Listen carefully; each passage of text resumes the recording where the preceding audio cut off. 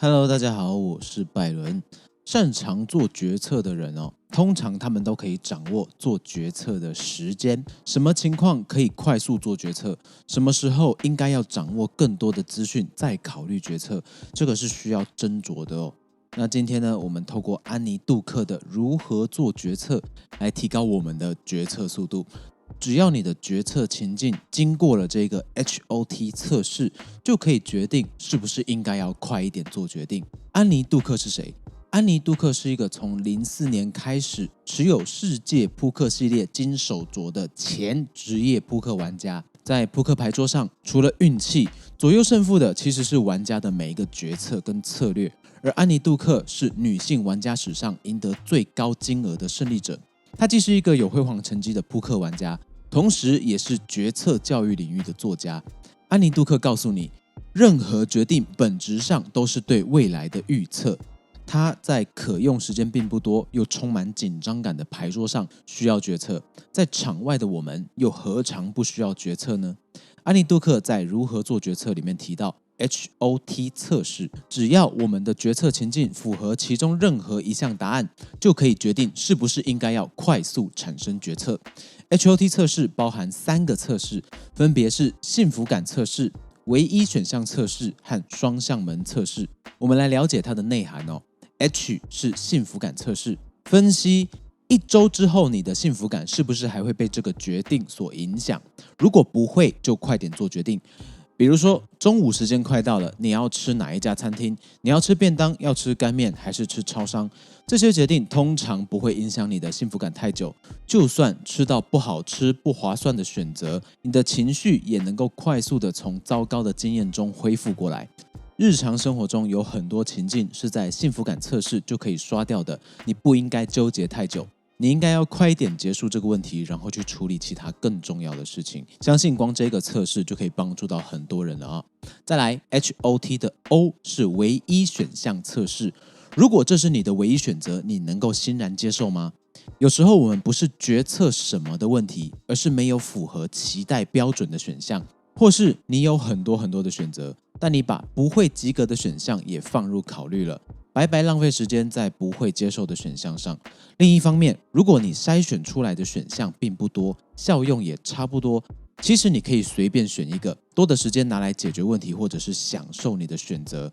都比你花时间在犹豫来得好。比方说鸡排要配可乐还是珍奶，虽然饮料属性不同，但对你来说都很快乐。如果是这样，那你就快一点做决定，好好享用比较实在，反正你不会配开水嘛。又或者你要去日本还是去韩国旅游，对你来说都很快乐而且令人期待，要牺牲的各种成本都差不多，那你就随便挑一个吧，反正都会很快乐，赶快决定，赶快规划比较实在，反正不会去柬埔寨。如果在这些选项里面你不能够接受所有的假定选择，那简单放弃继续投入资源或者是推进你的计划，时间用来做其他的事情或找寻替代的任务。比方说出国的选项没有一个你可以接受的，那你可以改成环岛或是宅在家，让你自己舒舒服服的，这也是一种方法那么最后一个 T 是双向门测试，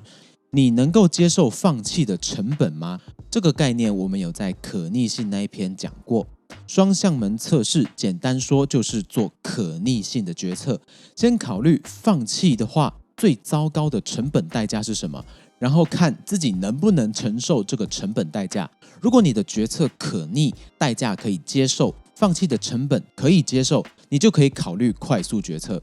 记得我们一开始提到，任何决定本质上都是对未来的预测。当这个决策需要谨慎的时候，很多人的做法是疯狂搜集资讯，疯狂详加考虑，但这样是没有尽头的，你永远准备不完。比较好的方式是先建构目标，也就是说，这个决策你想要达成什么样的目标，达成什么样的效果，先将你预期的目标效果建构出来。当你建构出来之后，你就根据你设定的标准，设定一个合理的范围，再去做准备。比方说，我最近在练习慢跑，我预期我可以达到的目标是14分钟跑完3000，这是我的目标标准。那我的下限是16分钟，上限是12分钟，我的范围就有了。假设我现在的记录是20分钟，那我的最低目标就是先跑进这个范围里面。合理的目标就是跑到14分，那我之后的训练计划就都要为这一个目标来服务。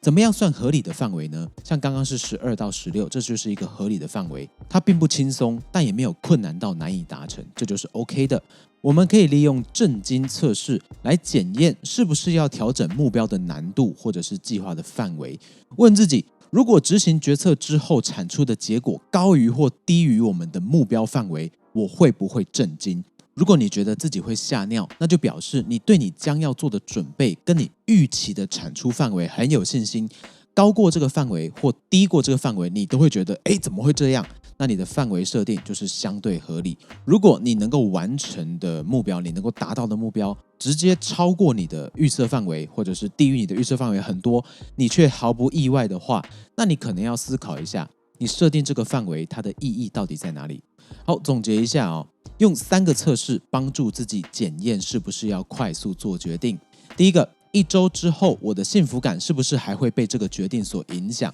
不会被这个决定影响的，表示不是需要重大考虑的决策，你可以快一点做。第二个，如果这是我的唯一选择，我能不能欣然接受？如果可以欣然接受，表示众多选项的效用差不多，你可以快一点做决策。如果没有能够接受的选项，你也可以不要去考虑，直接把时间省下来。第三个，放弃的代价是什么？我能不能够承受这个放弃的代价？如果代价并不高，你能够承受的话，那你就可以快一点做决策。那不管你是要快速决策，还是做一个谨慎决策，你都会需要设定一个合理的目标范围。而我们可以利用正经测试来看看我们设定的目标合不合理，需不需要调整。相信经过这样的测试，一定能够大大的增加你做决策的速度。当然如果这个决策对我们的幸福感有重大的影响，有可以接受的选项，但不是都能够让人欣然接受，或者是它的放弃代价很高，有以上任何一项，你就知道这个属于相对值得放慢速度、